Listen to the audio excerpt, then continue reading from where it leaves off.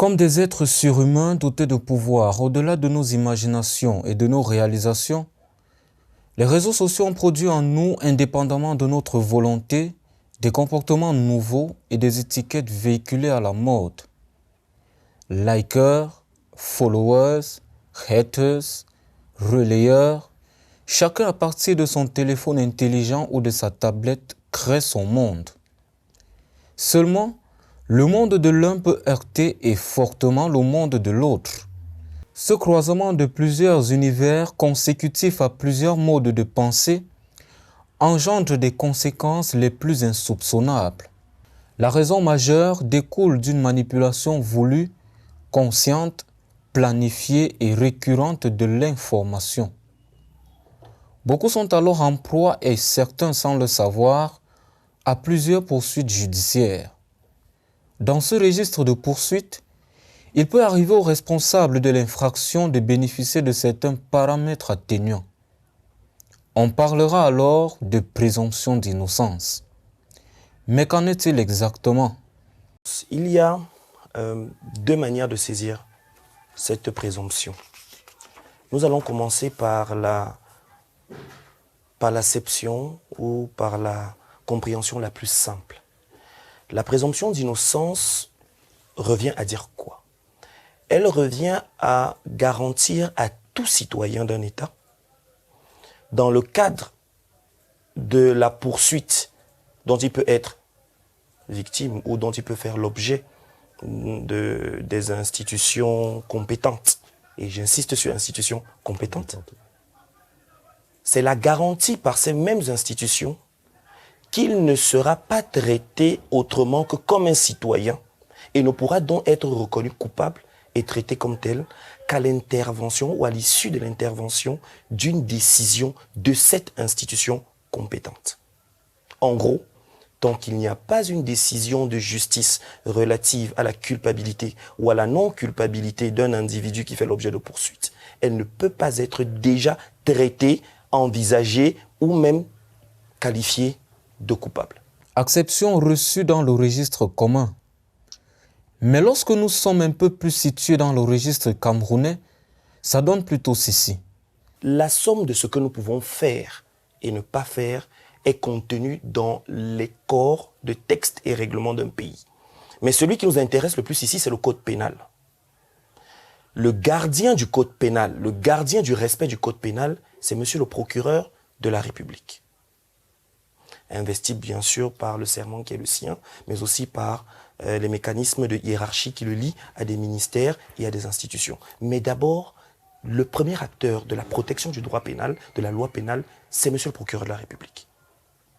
Il peut être donc saisi de la violation de la loi pénale de plusieurs manières. Toujours est-il que, une fois qu'il est saisi ou qu'il s'auto-saisit, il met en branle un certain nombre de mécanismes qui reviennent premièrement à s'informer utilement.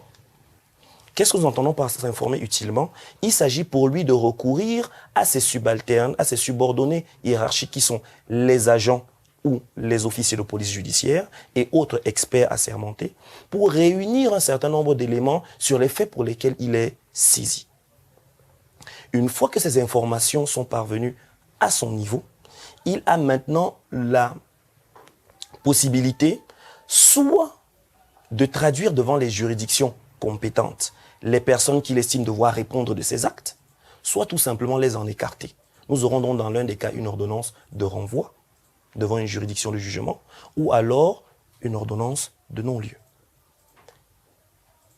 Il peut arriver que compte tenu de l'extrême gravité de certains actes, des mesures supplémentaires soient requises.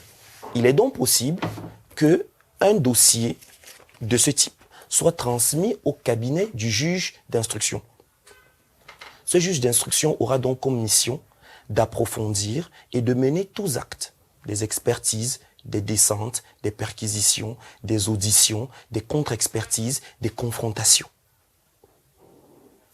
dont l'objectif sera de pouvoir cerner les degrés de responsabilité ou d'implication de toutes les personnes dont l'identité lui aura été transmise.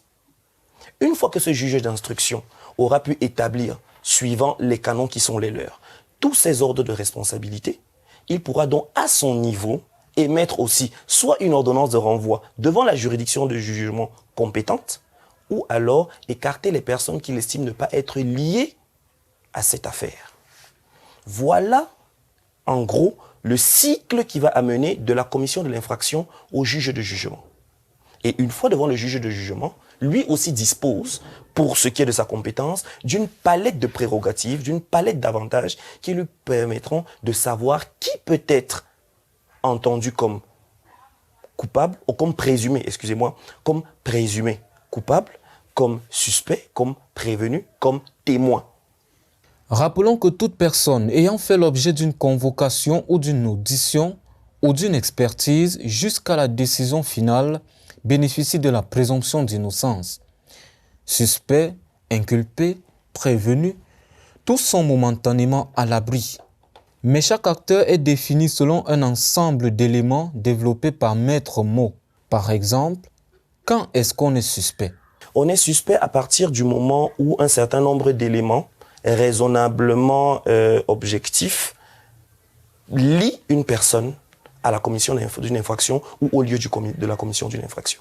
On est inculpé à partir du moment où ces éléments ont été jugés suffisamment probants pour inviter cette personne-là à présenter sa défense devant une juridiction. On est prévenu à partir du moment où les éléments présentés par l'accusation ont été reçus par le juge et ont été jugés suffisants pour que cette personne-là jouissent de l'une des options de l'article, j'espère ne pas me tromper, 365 du Code de procédure pénale, qui demandera à cette personne de choisir comment est-ce qu'elle veut répondre des actes qui lui sont imputés. Comme le suspect et l'inculpé, le prévenu bénéficie également de la présomption. Une fois que ces attributions sont perdues, la présomption d'innocence l'est également. Mais à quel moment l'a-t-on perdue?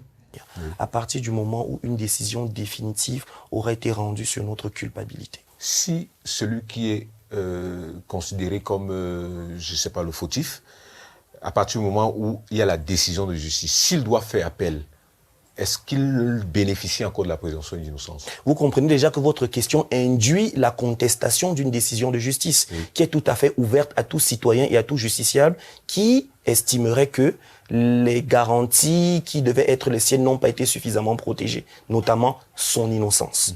Donc à partir du moment où une décision est ouverte à des voies de recours, elle n'est donc pas considérable comme définitive. Et si elle n'est pas définitive, le poids donc de cette décision ne peut pas encore être appliqué complètement ou définitivement à ce prévenu ou à cette personne réputée condamnée. Donc la décision est restée en attente. Elle reste en attente puisqu'elle est réexaminée. La cause est remise à zéro. Les parties sont de nouveau entendues. Les expertises peuvent être de nouveau commandées. Des contre-expertises, des témoignages, à charge comme à décharge. Parce qu'une nouvelle instance va se tenir, la précédente est... annulée. Pas annulée, mais elle est en suspens. Suspendue. Puisque le juge auquel on aura recouru pour l'appel peut confirmer la décision d'instance, tout comme il peut l'infirmer. Donc cette décision reste en suspens. Elle n'est pas définitive.